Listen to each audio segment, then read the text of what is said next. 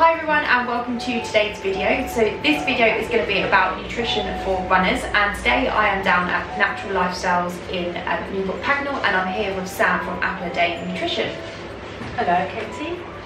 So I'm a naturopathic nutritional therapist, which means along with nutritional therapy I work with the body from three perspectives: the chemical, the emotional and physical. Fantastic. So we're going to be talking about nutrition for runners, as it's a very hot topic for people, and I thought that I'd invite Sam along just to talk about it from an expert perspective about what runners we should be doing and if we need to be changing anything in our diets.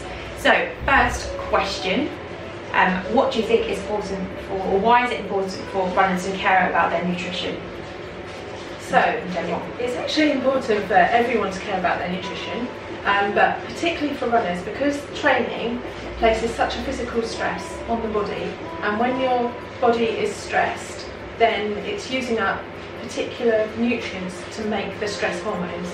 So those particular nutrients are magnesium, vitamin C and the B vitamins. Okay. So when you're using up those nutrients to create the stress hormones, which you would be when you're training hard, then those quickly become depleted, and then other things might start to be noticed and other symptoms, things start to go wrong, so your immune system might be compromised. So it's important to replace and support the body through your training. Okay, that's fantastic. So let's talk about each of the sort of vitamins that you said get depleted and where we can find those sources. So magnesium, what sort of foods should we be eating? So with magnesium, because it's needed at every stage of the energy cycle, and it's known to be active in over 300 reactions within the body anyway, it's really one of those things that's used up very, very quickly. So foods that you can get your magnesium from include nuts and seeds, so which are great for snacking on, and green vegetables.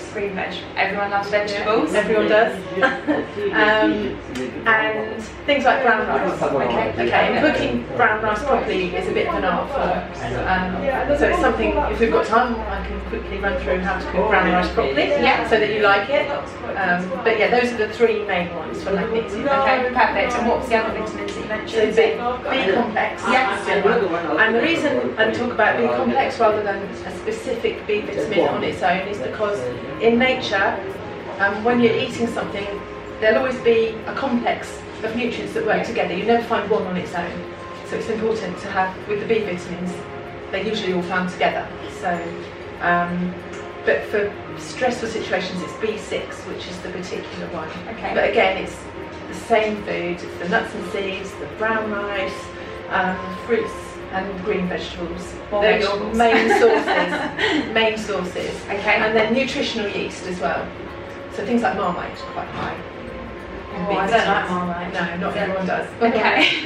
And the last vitamin was vitamin C. Okay. And that's fruit and vegetables. Fruit and vegetables. Brilliant. So what we obviously need to do if we are running up in our training, then obviously nuts, seeds, brown rice, fruits and vegetables.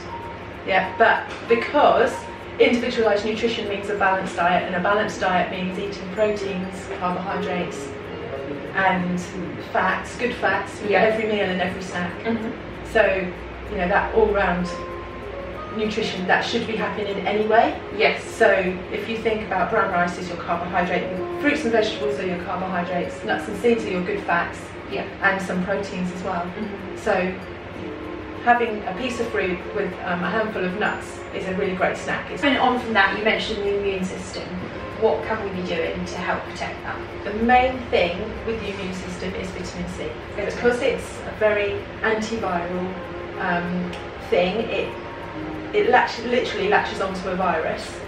And because it's water soluble, vitamin C is water soluble, it then is eliminated from the body, taking the virus with it. So if you're training, then you should be taking a vitamin C supplement of maybe 1,000 milligrams every single day. Okay, so that's on top of, you know, having a lot of fruit and vegetables. As runners, we should be taking vitamin C tablets.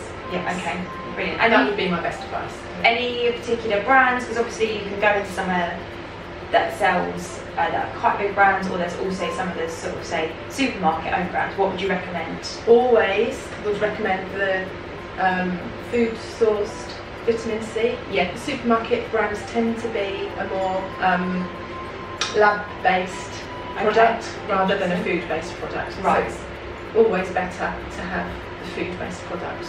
Brilliant. So a good brand would be Lambert's, Solgar, or Nature's Plus. But if anyone's interested in talking about the different vitamin C brands, just come and have a chat with us at Natural Lifestyles.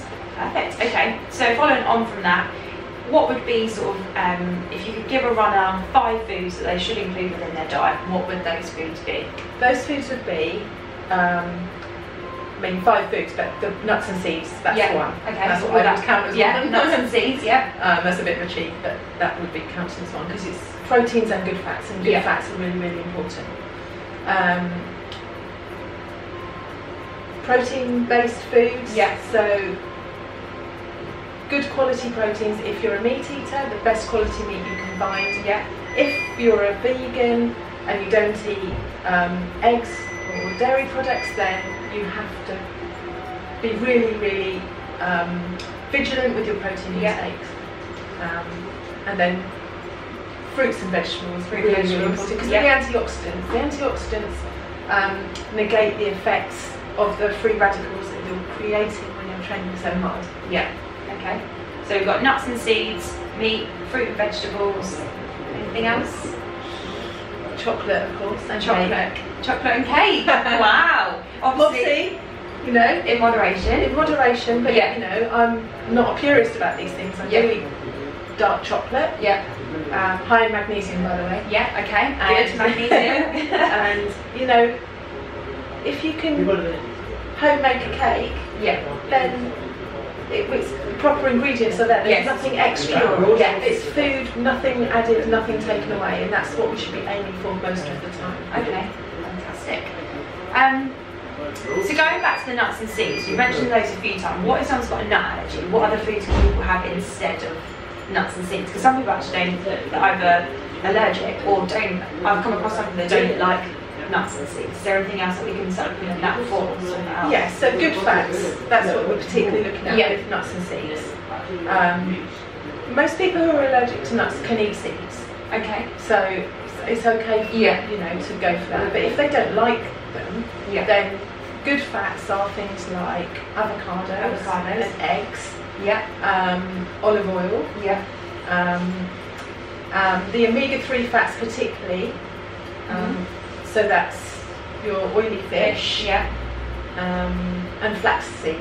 Okay, brilliant. I think that's one thing to remember is that some people think that when they adapt in their diet, it needs to come from food, but it can also come from light sources like olive oil and things that you cook with, rather than actually needing to be a food that you're actually going to physically eat. It can be the things that go to make the dishes. Okay, fantastic. So there's a lot of input, or there's a lot of people that talk about using carbohydrate as a main source for runners. Would you agree or disagree? Because I know we've had a chat about this before. What's your viewpoint on this? My particular viewpoint is that everyone is an individual. So what works for one person isn't going to work for another. Okay.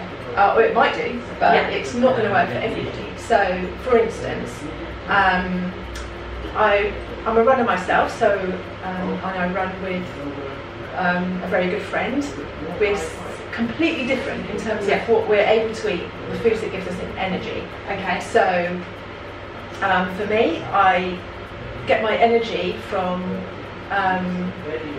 low carbohydrates, so no grains at all. Nothing. High protein. Very high protein, and my carbohydrates come from green vegetables and fruits, but there's no grains.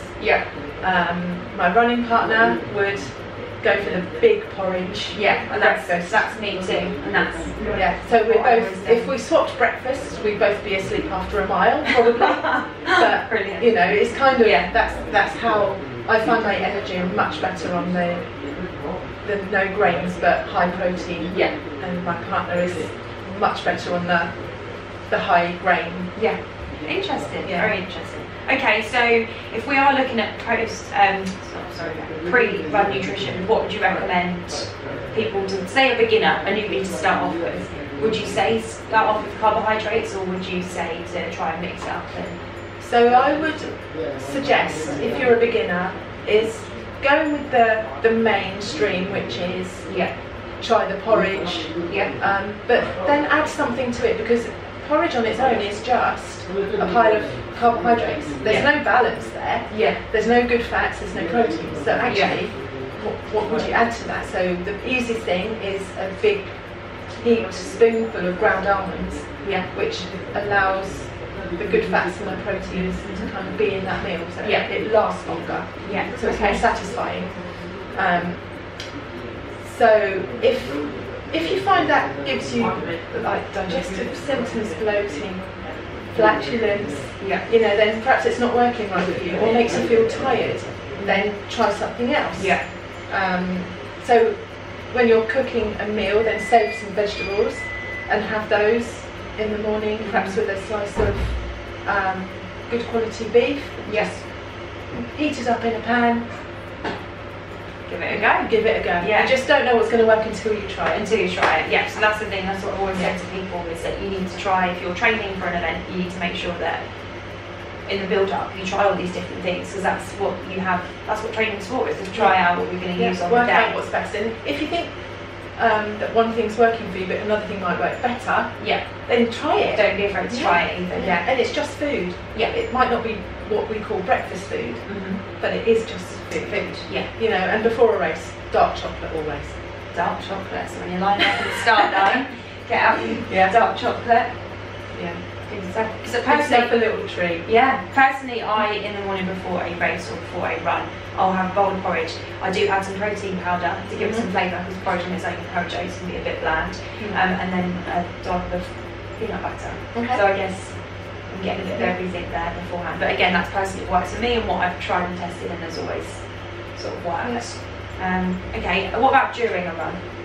So during a run, I personally, again, this is where it's the individuality and the personal everybody's different, so you have to practice things, and what works you know, for you is different. So I like the little refreshers tablet sweets, so I'll kind of every mile I've run, I'll treat myself to one of those or two. By the time they've gone, I'm ready for the next one, so it just keeps me going throughout the whole run and gives me that kind of glucose that I need all the way through. Gels don't particularly work that well for me. So. I find it's like a Marmite thing. Gels, you either love them or hate them, don't you? I think that's kind of it. Okay, and then what about post-run? What would you recommend post-run? Post-run's tricky because I lose my appetite after a long run. I have heard that. A lot of people have said that to me as well, is that after they come home from a run, the last thing they actually want to do is actually eat something. So I force myself. Literally like a naked bar. I'll eat one of those fairly quickly. I don't particularly enjoy it. It depends how long the run's been, but if it's maybe more than a half marathon, then I don't particularly enjoy it, but I know I have to do it. So it's just a small thing, and then about an hour later I'm really hungry. And that's when I go for the I'm back on the high protein. And usually a big packet of salt and vinegar crisps.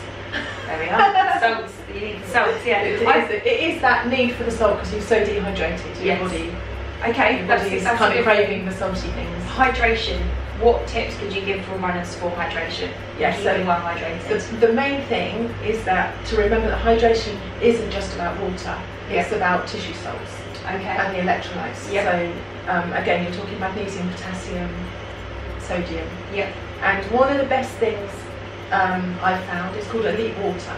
Elite water. And it's tasteless, odourless. It's a few drops in your water bottle that replaces electrolytes before, during, and after. So it's the day before a long run where you know you're going to be sweating, then you should be putting in your electrolytes, but really on a day-to-day basis should be replacing them because you're training and sweating. So this sort of thing should be part of what you do anyway. And where could you get something like those drops from? Natural Lifestyles. We sell elite water. Okay, fantastic. What's your opinion on, because I've tried different things before, like the Science and Sports, like the hydration tablets. Are they the same sort of thing, or? They're the same sort of thing. But it depends. If you've got the packs, you don't really want to be putting tablets in there because of all the flavourings. They get clogged up and it's hard to wash. So, but the elite water is, it doesn't do that. Yeah. And what sort of impact would being dehydrated have on your performance? Because some people, like, I find it, I was personally doing a race yesterday, and there was 3 water stops, and they were giving out cups, and I found it really difficult to actually drink from a cup. You know, how much of an impact will that have on performance if you're dehydrated? Yeah, it's always better to stop for a drink than try and keep running just because you think you'll be faster, because you probably won't be. Yeah. Because it does have an effect, being dehydrated. So at the extremes you'll become disorientated. Yes. Yeah, we probably have seen that on TV before in some of the races. But generally you'll just start to get slower as the body becomes insufficient. Right, okay. So it is always better if it's a really hot day, you've got no choice but to take on board. Yeah. Or if you don't want to stop, carry a bottle. Or the hydration pack. Yeah. I do that because I want to carry my own electrolytes. I can't drink from a cup and run because I choke. I love getting it down there. And then, or you just look like I'm dribbled all over me. You're just covered in it. Yeah. Yeah. So, but the sports bottles that you can run with. Okay. So hydration is not only important for during run, but like pre and post. It really is. Yeah. Especially the 2 or 3 days before a big event. Okay. 2 or 3 days. So is there anything else that you could recommend for runners that we need to be doing to improve our nutrition? Because me personally, I find that food and fuel, it's all about performance. And so what I try and do is try and help my performance out. You know, food, sometimes people treat nutrition, especially as runners, as a reward, rather than actually thinking about how it's going to affect your performance. Yes, so the day before a big event is loading up time. Yeah. So what's your opinion on carbo loading? Because people are like, yeah, 4 days before I'm just going to stuff my face with pizza and bagels and bread and everything good, and I'm just like, I don't know if I agree with it. It only works if you've not had any carbs for the days leading up. Right. And you don't need to do it for 4 days, it's literally a day's worth. Okay. Yeah. But it doesn't work unless you've kind of had a very low carb diet up to that point. Right, okay. And then you load up and then your glycogen levels suddenly become really full again. Because that's it, isn't our muscles, I don't know the exact figure, but I do know that our muscles can only hold a certain amount of glycogen. So if you're stuffing your face with carbohydrates, and if your glycogen levels are topped up, it's only going to overspill. And you'll just store it. You're just going to feel heavy on the start line, aren't you? Okay. So just 1 day before we should be loading up. Yeah. But also it's important that you're still eating the foods that are going to work for you and give you energy. Yeah. There's no point on loading up on a load of stuff that is going to drag you down and make you feel tired. So yes, someone's mentioned to me before that they will have pizza and a beer before a race, just because, especially nowadays when races you go and do just not only locally, but you go and stay elsewhere. So if you're in a hotel, pizza and a beer, you're always going to find. So what would you recommend for a beginner, post, pre a long run or pre-race? Obviously, again, you've got to try out, try what works best for you. But yeah, so if you're talking the night before, then wherever you are, it would be good to find a well-balanced meal, ideally. So something for me, I might choose a chili con carne, for instance, because you've got your protein and your carbohydrate, and have a pudding afterwards because you're loading up. People are going to love you, sir. I know. Brilliant. Yeah, because for me, what works for me, I find, is protein, chicken, sweet potatoes, normally baked, carbohydrates, and then some more vegetables as well. So I guess maybe mix a bit of fats in there, but yeah, protein and the carbohydrates, that sort of combination works well for me. So final tips for new runners or runners that want to advance their nutrition to help fuel performance, what would you say? I'm afraid there isn't an answer that's going to suit everyone. Oh, damn it, Sam! You are the answer because you are an individual, so you have to find out what works for you. Yeah. So that might be finding out your food intolerances. Okay. Because a well person will perform better. Yeah. So if you're constantly eating foods that are dragging you down, then and making you feel tired and giving you headaches or giving you a rash or other things, then those foods have got to go, but you've got to know what they are. Okay. Another thing might be eating to your particular blood type. Okay. And how would you find that out? You can come here and have a test. Okay. It costs £10. Yes. And that's with the analysis and all the foods to eat as well. Yeah. But really everyone should be eating a balanced diet, protein, fats and carbohydrates every single time they eat. Okay, fantastic. All right. Well, thank you very much for having us today, Sam. I hope that you found this useful and you can take some top tips away and find out what works for you. So thanks very much for watching, and we'll see you all very soon.